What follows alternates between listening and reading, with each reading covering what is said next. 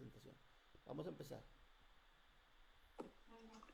Pues buenas noches a todos los que nos acompañan el día de hoy a estos ejercicios espirituales que el Padre Monroy bondadosamente y amablemente pues nos hace el favor de compartirlo para en este tiempo que no nos podemos reunir, pues es muy de mucho beneficio el unirnos a través de las redes sociales y aprovechar las redes sociales para estar ejercitándonos en el espíritu. Entonces, muchas gracias, Padre, por haber aceptado esta invitación y pues que sea de bendición, no nada más para el Ministerio de Música Madrid, sino para todos los que se están integrando de otras partes, ¿verdad? Entonces, usted tiene el control, Padre, cuando usted guste empezar, empezamos con la oración inicial y usted dispone del tiempo que sea necesario. Bueno, ahí habían anunciado que de 9 a 11, no, pues yo a las 9 ya estoy con sueño, pero bueno. Sí. No, usted dispone el tiempo que usted quiera, media hora, 9 a 10.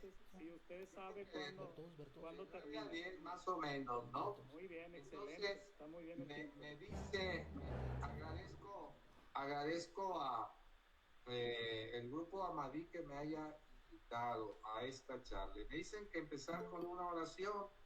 Bueno, pues espero que todo vaya bien. Quiero empezar con una oración precisamente a San José. Espero que, a ver, me dicen si se oye, ¿eh?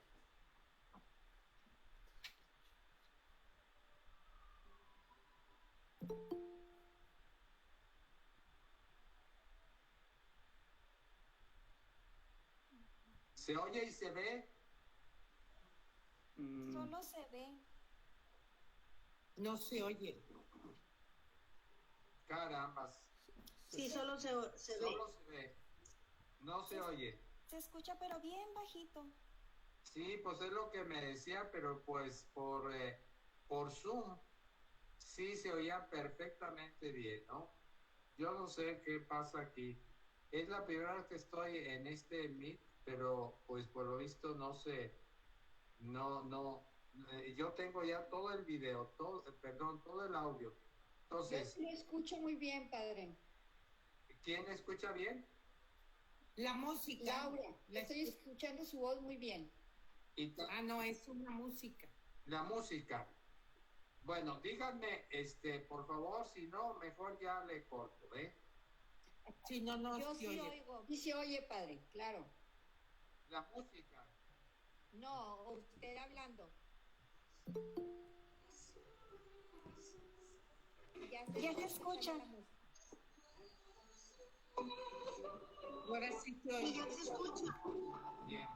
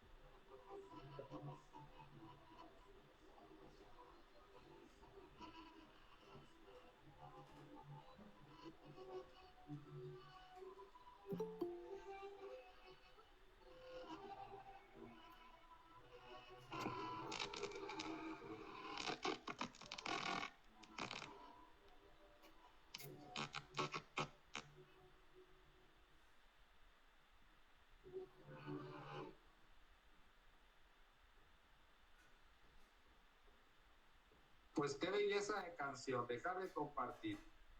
¿Listo? ¿Ya se escuchó la canción? ¿Sí? Sí, padre, se escuchó muy bien. Ajá. Bueno, es una canción bastante bella. Qué lástima de que no se oyó muy bien. Bueno, pues vamos a empezar. Ya nos encomendamos a San José. El tema es la mística de San José. Cuando el grupo Amadí me invitó para dar una charla en los ejercicios, yo le decía que el tema que proponían, que era uno de los de la diócesis, no tenía tiempo para prepararlo porque tenía que preparar otros más, además las clases, el trabajo ordinario, todos los días escribir una homilía y publicarlo. Que yo les podía compartir algún otro tema, concretamente de la mística de San José. Y me dijeron que sí, bueno, pues por eso se los voy a compartir y pues es obvio, estamos en el año de San José, que empezó el 8 de diciembre y el Papa lo ha establecido. Esto que les estoy compartiendo ahora, lo compartí en 2 charlas precisamente hoy en el aula Juan 23, pero lo voy a meter, lo voy a abreviar, porque tengo solamente una hora, ¿no? El año de San José es para que lo conozcamos mejor y aprendamos de él. Cuando uno habla de San José, pues uno dice, pues quiero conocer su historia, ¿no? Lo primero es su historia. Y mientras más conozca su historia, más detalles de su vida, pues mejor. Pero aquí vamos a quedar decepcionados. Es muy poco lo que los evangelios nos dicen de San José. La vida de San José no destaca, no sobresale por su protagonismo, sino por su fidelidad a la misión de ser padre y esposo que le fue encomendada. Como es tan poco lo que sabemos sobre San José, entonces existen los evangelios apócrifos que, bueno, pues ahí quién sabe, ya no es historia, ¿no? Como no conocemos muchos datos sobre él, lo que podemos hacer y que lo han hecho los papas, el Papa Juan Pablo II escribió una carta a San José, también el Papa Francisco por el año de San José, ¿no? Y ustedes si la leen se van a dar cuenta de que, pues más bien lo que tratamos de tomar y aprender de él son actitudes. Actitudes que podamos hacer nuestras y que nos ayuden a ser más felices, porque los cristianos y los hombres hemos sido creados para ser felices. Aunque haya tanto dolor y sufrimiento, lo siento, Dios nos ha creado para la alegría, para la felicidad, ¿no? Yo creo que José nos puede enseñar esas actitudes que nos hacen más felices. Sobre estas actitudes, pues hay muchas. Y yo dije, ¿cuál voy concretamente a escoger? ¿Cuáles voy a escoger concretamente? Y para no repetir lo de siempre, yo dije, voy a tomar 3 actitudes de las cuales no se habla mucho de San José. Primero, podemos aprender de José a ser silenciosos. En segundo lugar, a ser tiernos. Y en tercer lugar, entrar en lo que llamamos la cultura del cuidado, la cultura del cuidado. Entonces voy a desarrollar esas 3 actitudes que son muy características de San José y que 2 de ellas son sumamente actuales. Empiezo con el silencio de José. Lo primero que podemos aprender de San José es su silencio. Y como estoy desarrollando el tema, la mística de San José, es el primero que les pongo, la primera actitud, porque el silencio juega un rol importantísimo en la vida mística. Y estamos hablando de la mística de San José. Si no sabemos hacer silencio, no vamos a poder escuchar a Dios. En la homilía de la misa de hoy, si ustedes la recuerdan, hablaba sobre esto, ¿no? El amor entra por el oído, el amor de Dios, cuando lo escuchamos nos sentimos amados, etcétera, ¿no? Bueno, si algo es notable en la figura de José que nos regalan los evangelios es esto, su silencio. Ustedes han oído hablar del silencio de María. El padre Larrañaga escribió un libro precioso, El silencio de María. Bueno, María silenciosa, ¿no? Pero saben que el silencio de José fue todavía más denso que el de María. Porque de María los evangelios reportan palabras, por ejemplo, el diálogo con el ángel Gabriel, el canto del Magnificat, bellísimo, ¿no? En cambio, los evangelios no solamente hablan muy poco de San José, sino además, José no dice en los evangelios ninguna palabra. Parece que está mudo, no es que esté mudo, no dice ninguna palabra, no trae ninguna palabra. Pero como dice el Papa Juan Pablo II en este documento, el Custodio del Redentor, le llamó Custodio del Redentor, el silencio de José posee una especial elocuencia. Es muy elocuente el silencio de José. Es más elocuente que las palabras. José habla haciendo, así es como habla. Habla con el lenguaje de los hechos. Les pongo un ejemplo, Mateo 1, 20, 21. El ángel del Señor se le apareció en sueños y le dijo: José, hijo de David, no temas tomar contigo a María tu mujer, porque lo engendrado en ella es del Espíritu Santo. Dará a luz un hijo y tú le pondrás por nombre Jesús, porque él salvará a su pueblo de sus pecados. Y despertándose José del sueño, hizo como el ángel del Señor le había mandado y recibió a su mujer. ¿Se acuerdan ustedes que cuando llega el ángel con María, María dialoga con el ángel? San José no dialoga, simplemente hizo lo que el ángel le había mandado. Si queremos aprender a ser silenciosos como San José, pues a mí me parece importantísimo entender qué es eso del silencio, cuáles son sus efectos, cuáles son sus frutos. Y me voy a detener un poco a esto. ¿Qué es el silencio? Un poquito sus efectos, sus frutos, ¿no? Empezando con que los psicólogos han descubierto que el silencio es terapéutico. Han descubierto el valor terapéutico del silencio. El silencio literalmente ayuda a sanar el alma. Y por esto, si han oído ustedes hablar del mindfulness, o sea, la atención, la consciencia plena, la atención plena, pues es un método no religioso que ayuda a salir del estrés, que ayuda a serenarse, etcétera.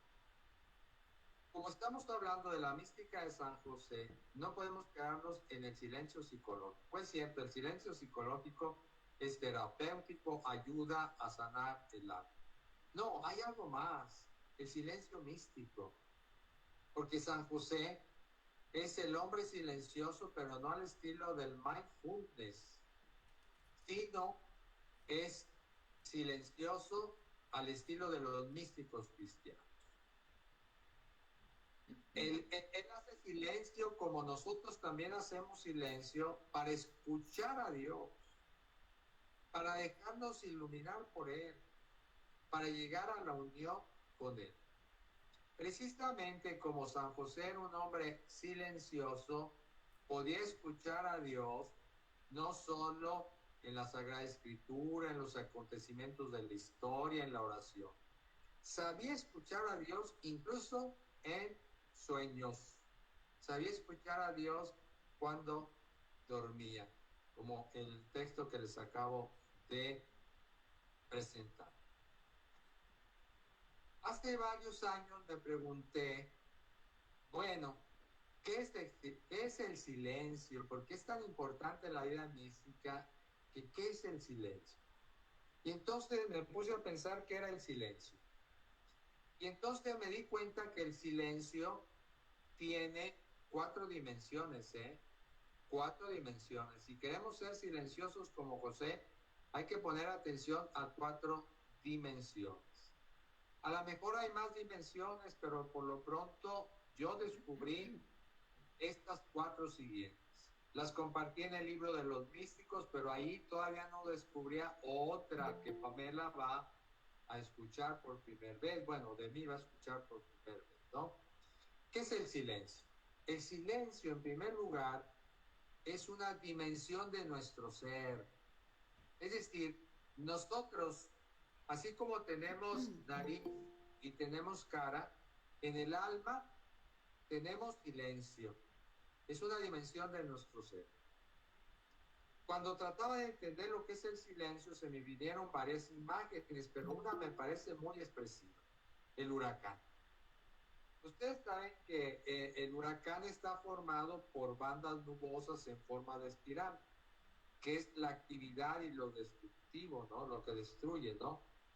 Que giran alrededor de su centro. Entonces el huracán tiene un centro y tiene una periferia. Mientras en la superficie, en la periferia, en las bandas nubosas, hay mucha actividad, en el ojo del huracán existe mucha calma y poca nubosidad. Es más, se puede ver el cielo. Si tuviera tiempo, les pasaba una foto de unos científicos que entran en el ojo del huracán y retratan hacia arriba un cielo azul hermoso. Bueno, ustedes y yo somos como un huracán. En la superficie de nuestro ser hay mucha actividad, mucho movimiento, pero en el centro de nuestro ser reina siempre una calma sabrosa. Siempre. El padre Ignacio Larrañaga dice una franja de soledad en nuestro ser, una zona interior a donde solamente nosotros podemos bajar y encontrarnos cara a cara con Dios. Si queremos encontrarnos cara a cara con Dios, hay que bajar ahí. Cuando llegamos a esta franja de soledad, a este huracán, entonces hemos entrado en la zona del silencio, de nuestro silencio. En este momento, yo llevo esa franja de soledad, ese ojo del huracán, esa zona del silencio. Y ustedes también, y siempre, día y noche, continuamente. Entonces, hay que llegar ahí, a esa dimensión de nuestro ser. Y para realizar este viaje, nos puede ayudar el silencio de la mente y del corazón. El silencio psicológico nos puede ayudar. Por esto puede ayudar a hacer silencio mental, salir de la dispersión mental y el alboroto emocional, ¿no? Pero hay que ir del silencio que hacemos, porque estamos haciendo silencio, estamos haciendo silencio de la mente, del corazón. Hay que ir del silencio que hacemos al silencio que somos, al silencio que somos, a esa dimensión que llevamos dentro continuamente. Además de ser una parte de nuestro ser, es también una actitud, una manera de ser y de estar en el mundo. Existen 2 maneras de estar en el mundo, una ruidosa y otra silenciosa. Yo podía profundizar más en ellas, pero no quiero profundizar más en ellas porque no tengo tiempo. Simplemente diré brevemente. La manera ruidosa de estar en el mundo está caracterizada por el deseo de dominio, de control, controlar las cosas, las personas. La manera silenciosa de ser y estar en el mundo no domina, no pretende dominar ni manipular a nadie. Simplemente estar con las cosas, acompañarlas, encontrar su misterio y venerar su misterio. Esta manera de ser y de estar en el mundo silenciosa la puedo resumir en estas palabras: estar y no hablar, amar y no litigar, o sea, no estar peleando, acoger y no adoctrinar, no imponer, ser y no aparecer. La persona silenciosa es la que está, ama, acoge, es. Esta esta manera de estar en el mundo me parece que la encarnó muy bien San Francisco de Asís. Él no escribió sobre el silencio, pero hay una famosísima oración que San Francisco no compuso, pero como refleja muy bien quién es él, cómo era él, se le atribuyó a San Francisco. Yo comenté una vez en Ideales Franciscanos esta oración, ¿no? Y es una oración que también podríamos aplicarla a San José.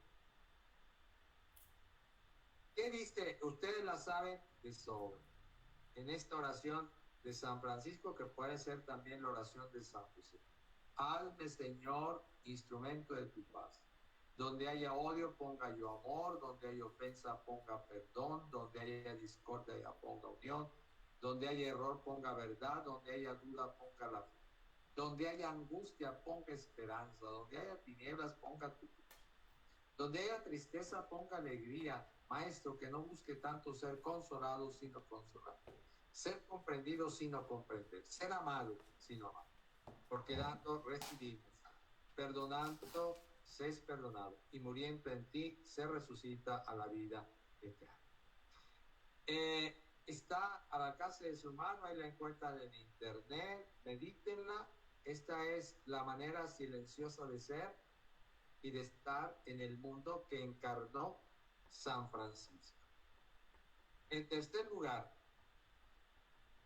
ya hemos visto que es una dimensión de nuestro ser, algo que siempre llevamos, y por tanto también es una manera de estar en el mundo. En tercer lugar, vamos ahora a la parte teológica. Cristo es el silencio de Dios. Cristo es el silencio de Dios. Hay unas palabras de una mística francesa judía que murió en 1943, pero que al final pidió el bautismo cristiano. Esta era una filósofa, una pensadora, una activista notabilísima, ¿no? Simone Weil se llamaba. Y ella dice, fíjense, qué belleza lo que dice. Aquel que además de gritar, es también capaz de escuchar, oye la respuesta. Aquel que además de gritar es también capaz de escuchar, oye la respuesta. Esta respuesta es el silencio. Quien es capaz no solo de escuchar, sino también de amar, oye ese silencio como la palabra de Dios. Las criaturas hablan con sonidos. La palabra de Dios es silencio. La secreta palabra del amor de Dios no puede ser otra cosa que el silencio. Cristo es el silencio de Dios. Cristo es el silencio de Dios. Es muy común decir que Cristo es la palabra de Dios, y claro que es la palabra de Dios, pero muy pocas veces escuchamos que Cristo es también el silencio de Dios. De esto se habla muy poco. Pero un notabilísimo teólogo y después Papa Ratzinger, no quiero, para no alargar mucho la charla, habla de esto también, de que en el cristianismo hemos hablado mucho de la palabra, de logos, pero poco hemos hablado del Dios silencioso. Y entonces le leo solamente el final. Solo si lo experimentamos como silencio, Ratzinger, solo si lo experimentamos como silencio, podemos esperar, escuchar un día su palabra que nace del silencio. Otra vez, fíjense, solo si lo experimentamos como silencio, podemos esperar, escuchar un día su palabra que nace del silencio. La palabra de Dios nace del silencio. Ahí en el vientre de María, Jesús silencioso, ¿no? Nace del silencio. En cuarto lugar, el silencio del universo.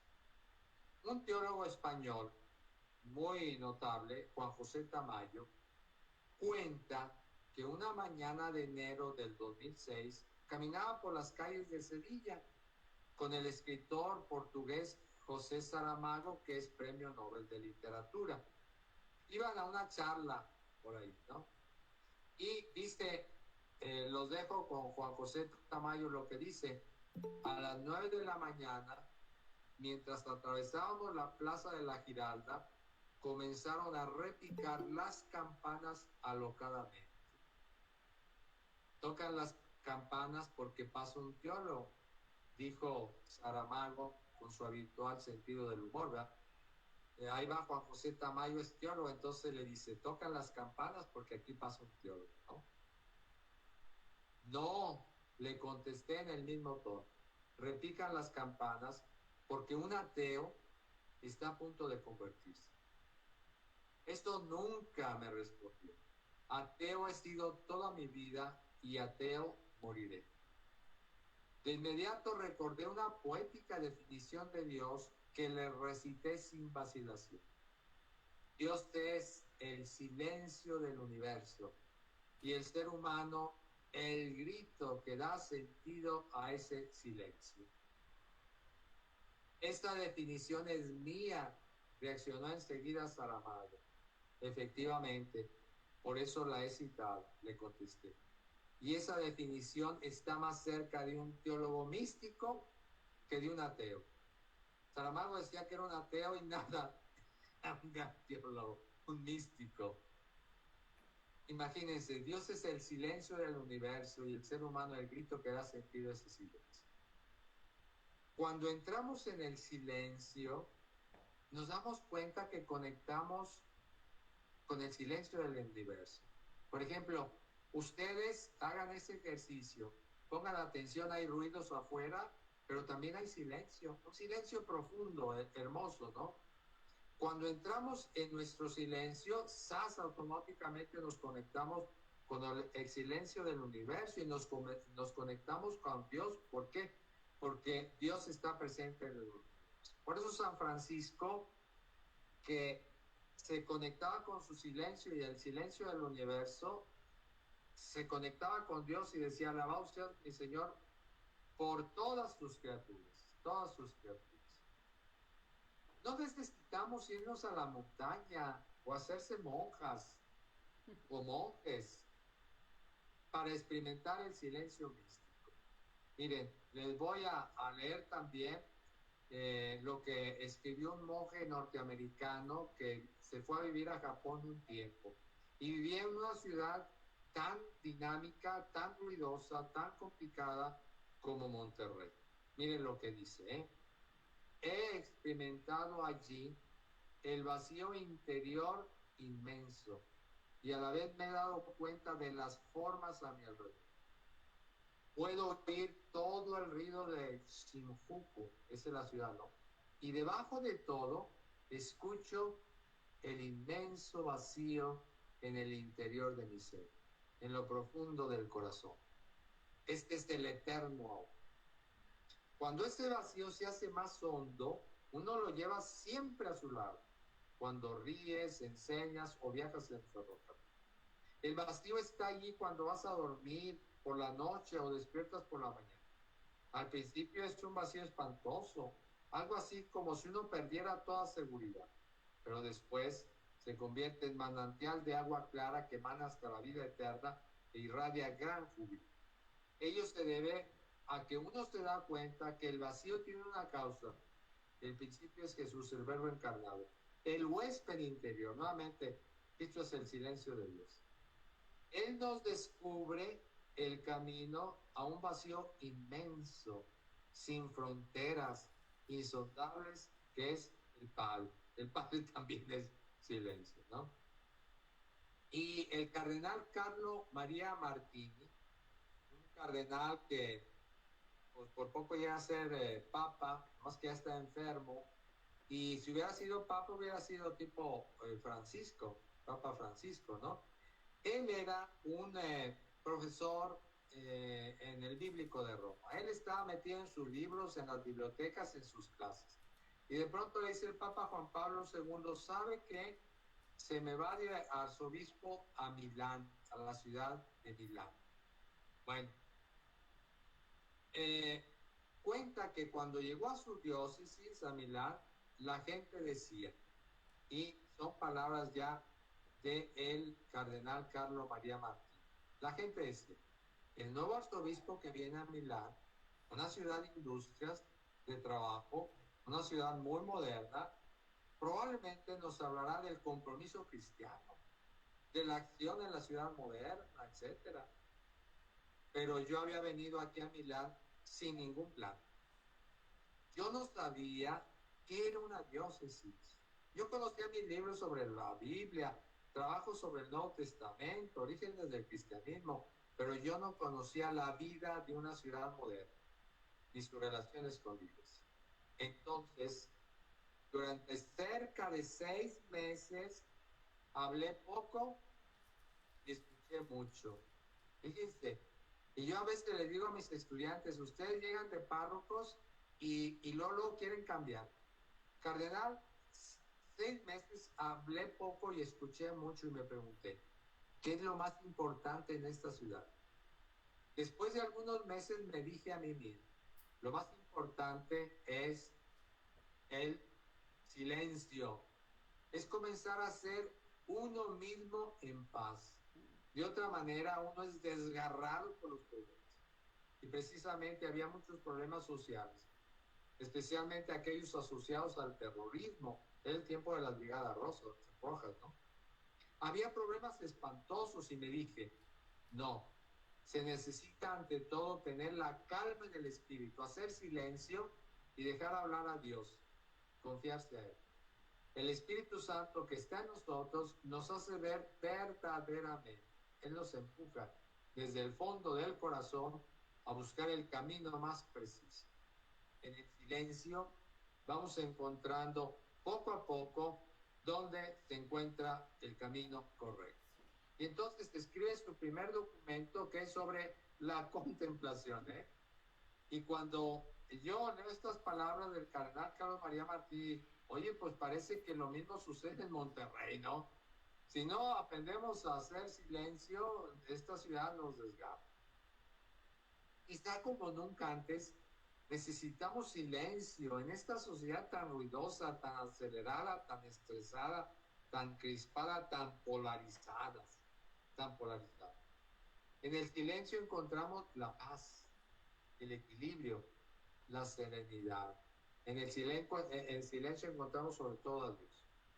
Pues que San José, el hombre silencioso, nos ayude a amar el silencio, a hacer del silencio la manera de ser y de estar en el mundo. Bueno, yo podía hablar más del silencio porque me apasiona tanto, porque la verdad, si yo no hubiera aprendido a hacer silencio, ahorita mi vida fuera un desastre. Puedo decir que hay en mi vida un parteaguas, antes de y después de él. Bien, segundo, San José es padre en la ternura, padre en la ternura. Esto lo dice el Papa Francisco. El corazón de San José es un corazón de padre, ¿no? Y por tanto, José es padre en la ternura. De San José podemos aprender a ser tiernos, pero nuevamente, ¿qué es la ternura? ¿Qué es la ternura? Y aquí hay ideas muy equivocadas. No siempre se ha entendido bien qué es la ternura. Con frecuencia se asocia a la debilidad. Una persona tierna no, es un debilucho. Se asocia con el sentimentalismo, esto es puro sentimentalismo. O se asocia con un sentimiento femenino. Dicen, esto es cosa de viejas. Muchos piensan que la ternura es poco varonil, que es para las mujeres. Pero ¿saben qué? Eso no tiene que ver nada con la ternura. Y no es la ternura de San José. Por eso voy a intentar entender qué es la ternura. Y empiezo con la etimología de la palabra, porque las etimologías nos dicen mucho, ¿no? La palabra ternura procede de la palabra latina teneritia. Y teneritia evoca la idea de algo blando, privado de dureza y de rigidez. es sobre todo un afecto interior. Luego, el adjetivo tierno, pues también viene del latín tenerum, que a su vez viene de otra palabra, tendere, que significa, tendere, extenderse hacia, proyectarse.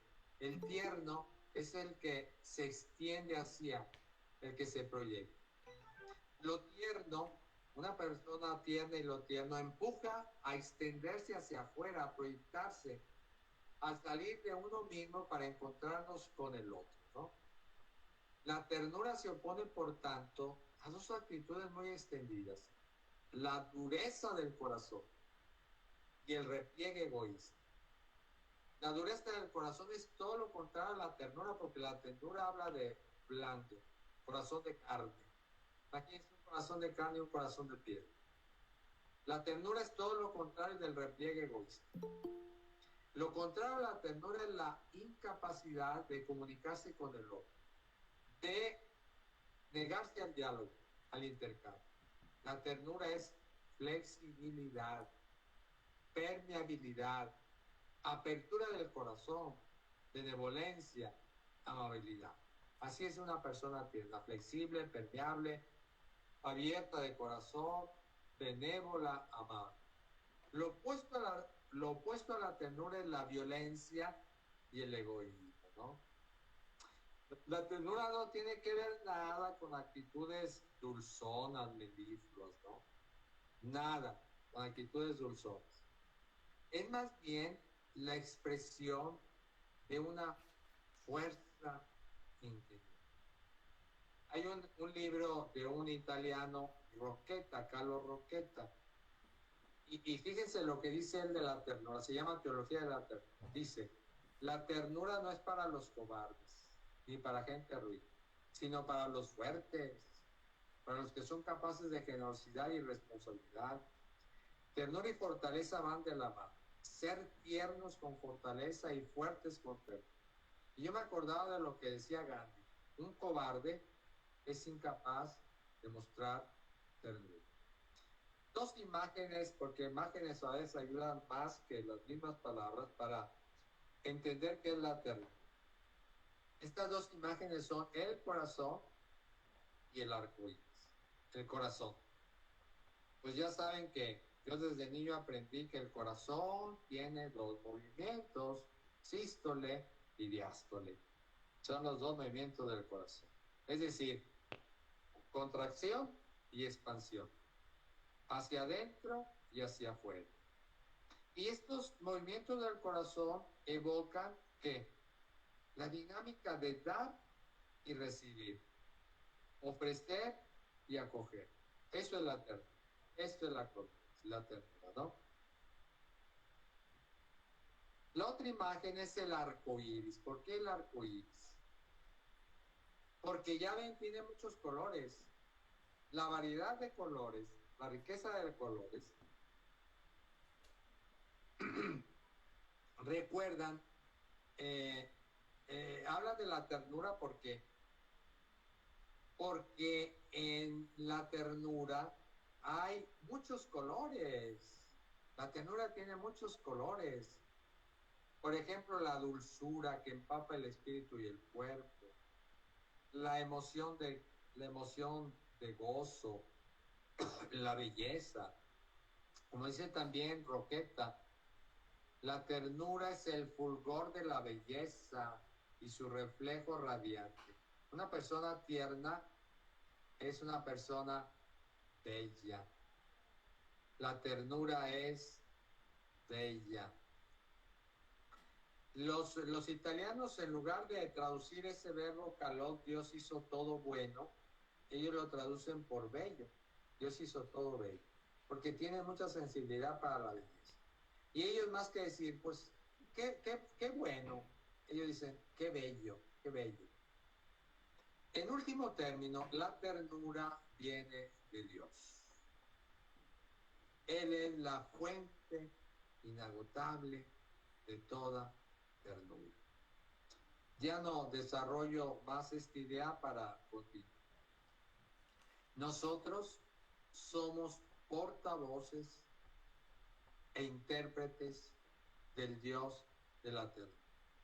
Una persona que está en contacto con Dios necesariamente es tierno, no puede menos que ser tierno. Una persona que está lejos de Dios no tiene nada de tierno, ¿no?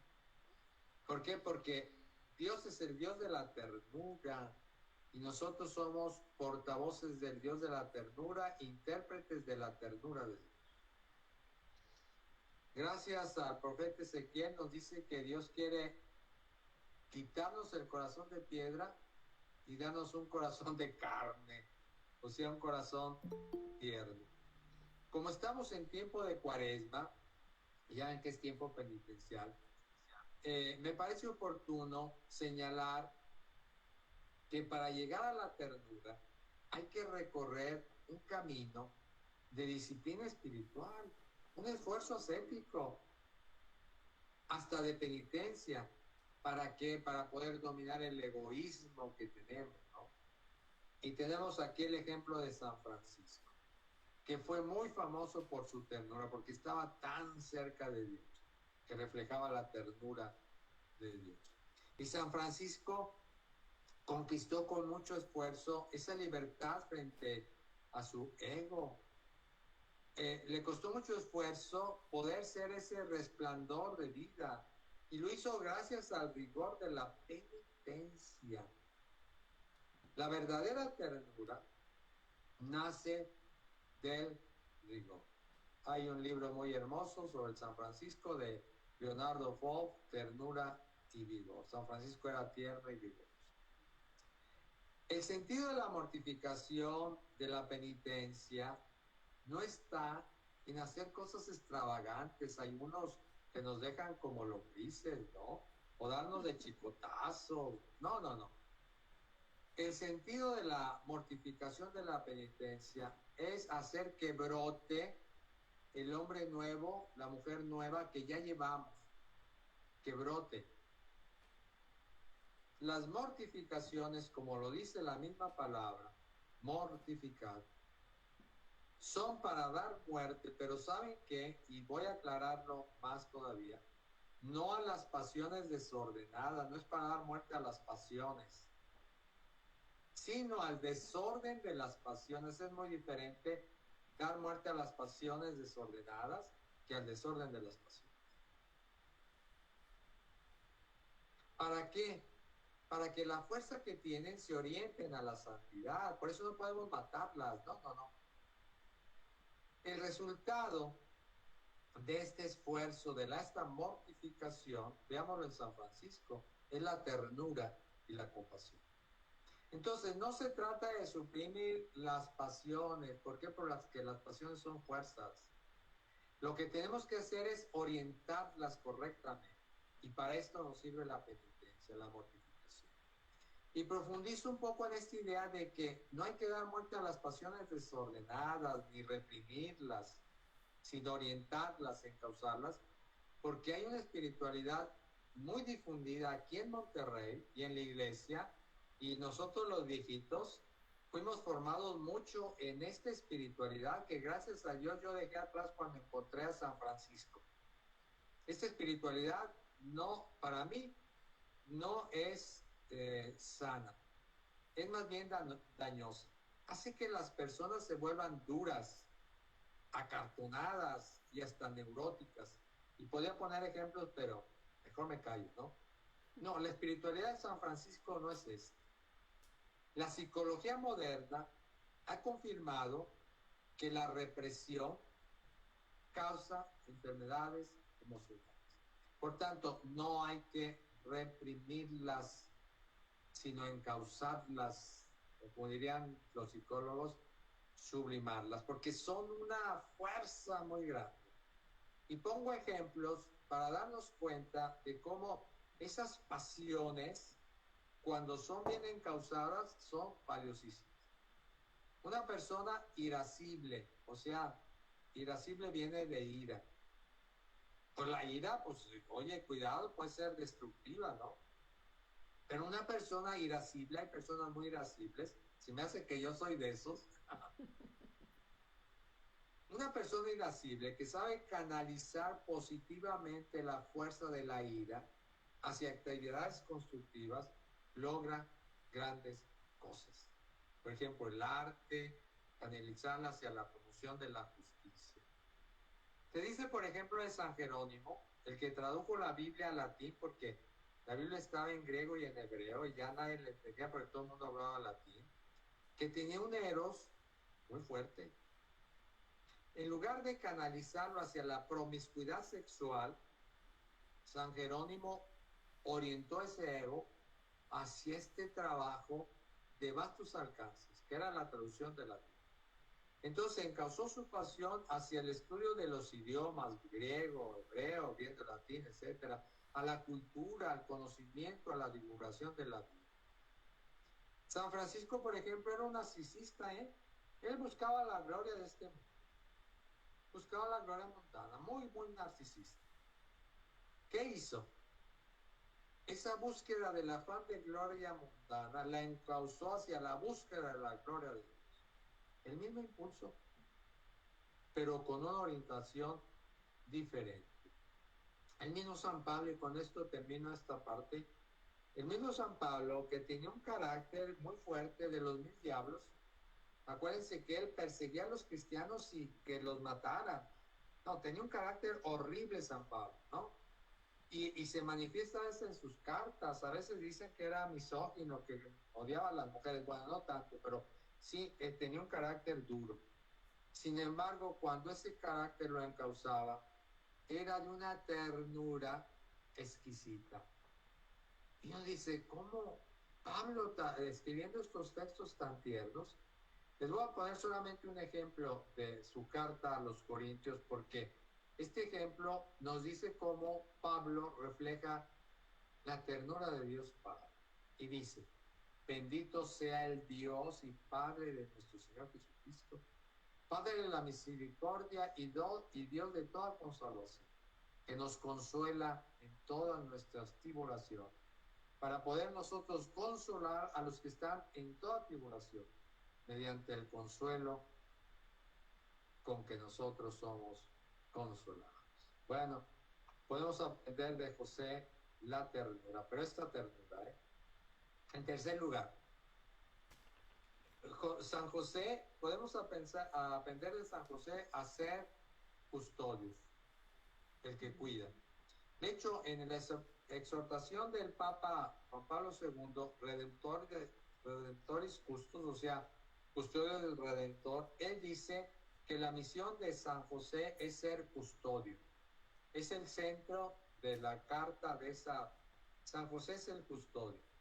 Es el que custodia, que cuida a Jesús, a María y ahora cuida a la iglesia, ¿no? Y yo veía que la misión de San José como custodio es muy actual, porque hoy se habla de la cultura del cuidado. Es decir, la necesidad de despertar las conciencias para cuidar ahora el planeta Tierra que se nos está desbaratando, ¿no?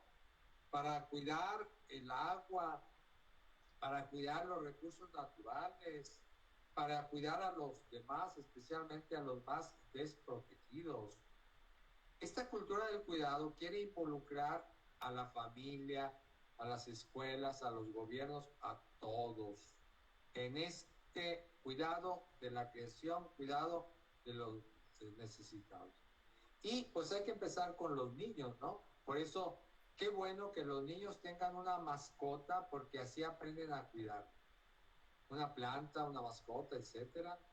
Los niños también que aprendan a recoger desperdicios de, ustedes lo saben, de plástico, botes, etcétera, que luego se pueden reciclar, ¿no? Y de hecho hay prendas de vestir hechas con poliéster creado a partir de plástico reciclado, ¿no?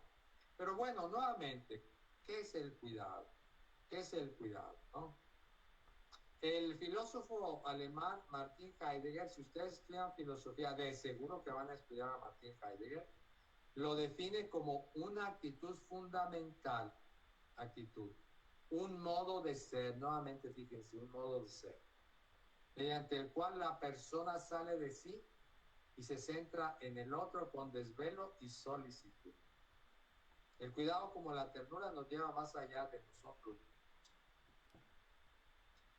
Mediante el cuidado recuperamos el valor que tienen las personas y las cosas en sí mismas, por sí mismas, más allá de su valor utilitarista. La sociedad de hoy, vean, le da valor a lo útil. Por eso los viejitos ya estamos descartados. Ahora valoramos por la utilidad. ¿Es útil? Vale. ¿No es útil? Se desecha. Entonces, la cultura del cuidado desecha, abate esta mentalidad utilitarista, ¿no? Solo cuando recuperamos el valor de las personas y las cosas en sí mismas, podemos sentirnos responsables de ellas y capaces de cuidarlas. Y esto es algo que también tenemos que aprender, ¿eh? San José es padre de la ternura, yo les decía. Bueno, hay una relación también entre ternura y cuidado.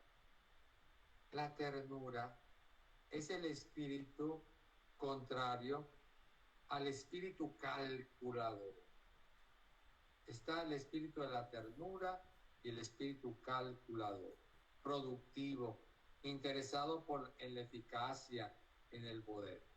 Ese espíritu calculador hacia las personas duras, insensibles, utilitaristas. La ternura, por el contrario, es un espíritu de delicadeza, de sensibilidad, de cuidado. Quiero presentar gráficamente estos dos espíritus, gráficamente, que están en ese famoso cuadro de Rembrandt, El retorno del hijo pródigo. Ustedes lo conocen de sobra, ¿no? El retorno del hijo pródigo. Entonces voy ahora a presentar, a ver si toda la pantalla, a ver si ahora sí funciona, ¿no? Pues no me deja compartir. No me deja compartir. Antes se me dejaba y ahora ya no. Me dejó compartir el video, pero ahora ya no me deja compartir la imagen. ¿Quién sabe qué pasó? Bueno, tengo por tanto que cancelar. Compartir, nada, no me deja. Bueno, cancelar. ¿Ustedes recuerdan esa pintura famosísima de Rembrandt, El retorno del hijo pródigo, que se hizo muy famosa en el año del padre, ¿no? Lástima que no pueda proyectarlo, porque ahí se ve claramente el espíritu calculador y el espíritu de ternura. Por un lado, si ustedes recuerdan, está la ternura en el encuentro del padre con el hijo, la cabeza del hijo hundida en el pecho del padre, la famosa mano paternal. Recuerdan que tiene las dos manos el padre sobre los hombros del hijo, y una mano es masculina y otra es femenina, apoyando el padre en las manos, ¿no? Es la caricia materna de Dios Padre, caricia materna de Dios Padre. El Padre misericordioso es padre y madre, ¿no? Entonces, cuando puedan, busquen El retorno del hijo pródigo y vean esa primera parte donde está el padre y el hijo, ¿no? Contrastando con el hijo mayor. El hijo mayor está ahí, está cerca, pero al mismo tiempo está distante, frío. Mira al padre y a su hermano con una mirada juzgadora y hasta condenadora. Aquí no hay nada de ternura.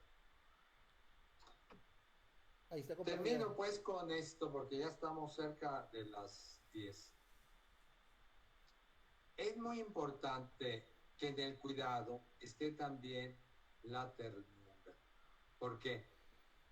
Dice Leonardo Boff que la ternura es el cuidado sin obsesión. Dice, la ternura es el cuidado sin obsesión. Sin ternura, el cuidado se vuelve como obsesivo, Ay, Dios mío, pobre de las hijas y de los hijos con unos padres obsesivos, ¿no? Pobres de las monjas y de los frailes con un guardián obsesivo. Dios nos libre de ellos, ¿verdad? Este tipo de cuidado asfixia a las personas, no las deja crecer, no respeta su individualidad. Este no fue el cuidado que practicó San José. Bueno, dentro del cuidado está el cuidado de nosotros mismos, y aquí estoy haciendo a lo mejor ya un avance. El padre Manolo, el famosísimo padre Manolo, que si no conocen a Manolo es que ustedes no conocen nada, ¿eh? Bueno, el famosísimo padre Manolo, que me invitó para dar una charla en los ejercicios espirituales del Valle de la Misericordia, me dijo que desarrollara el tema el cuidado de uno mismo, ¿no? Y entonces yo todavía no lo preparo, voy a empezar a prepararlo a partir de mañana, ¿no? Entonces, veo algo del cuidado, la cultura del cuidado y todo eso, y ¿saben qué? No se habla casi nada del cuidado de uno mismo. Hablan que del cuidado de los recursos, que del cuidado de no sé qué, del cuidado de no sé qué, no, ¿verdad? Pero del cuidado de uno mismo, casi nada. Y qué bárbaro, ¿por qué? Pues porque esto es importantísimo. Pero bueno, los dejo picados, porque esto lo voy a desarrollar en el tema que el padre Manolo me pidió, el cuidado de uno mismo. Bueno, pues ya casi las 10, lo que les prometí, listo, ¿no? Bueno, pues gracias por la invitación, que pasen buenas noches. Gracias. Gracias. Dios lo bendiga. Muchas gracias, Padre. Gracias, gracias. Gracias, padre. Saludos desde Reynosa. Gracias. ¿Dónde está el de Reynosa? Gracias, En la padre. que habla.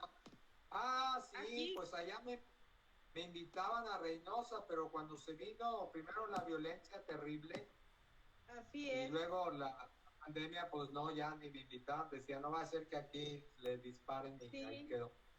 Y En ya la se- catequesis especial, Fray. Así es. Bueno, pues Sí. usted es Jenny Castillo. Ah, no, No, Leo Valadez. que abandonó la reunión una, sí. Ah, No, bueno. soy Leo Valadez. Ah, muy bien. OFS. Nomás que hice desconocido por eso, ¿sí? Sí, sí, Fray. Gracias, padre. Gracias a ustedes, gracias. Así bien, Fray. Buenas Bueno, noches. que duerma, que descanse. Muchas Gracias. gracias. Héctor, y Listo. aquí Hasta luego. hay Gracias que Santi, por invitarme. empezar. Gracias. ¿Eh? Silencio. Callado, ¿eh? Bye. Bye. Gracias, bye. Bye. Bueno, de parte del Ministerio de Música Madí, agradecemos a todos los que se conectaron, se pudieron conectar el día de hoy. Y los esperamos también la próxima semana, el próximo viernes a las 9 de la noche. Les pasamos la guía, la liga, perdón. Y pues esperamos que les haya gustado. También agradecemos bastante al Padre Monroy, que con su sabiduría siempre nos hace mantener el corazón a flote y con fuego. Entonces, muchas gracias a todos. Rey, ¿quieres decir algo?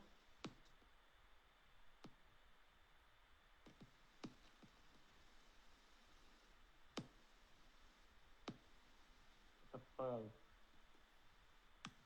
No se escucha, Rey. No te No te escucha, escucha, Rey. Rey.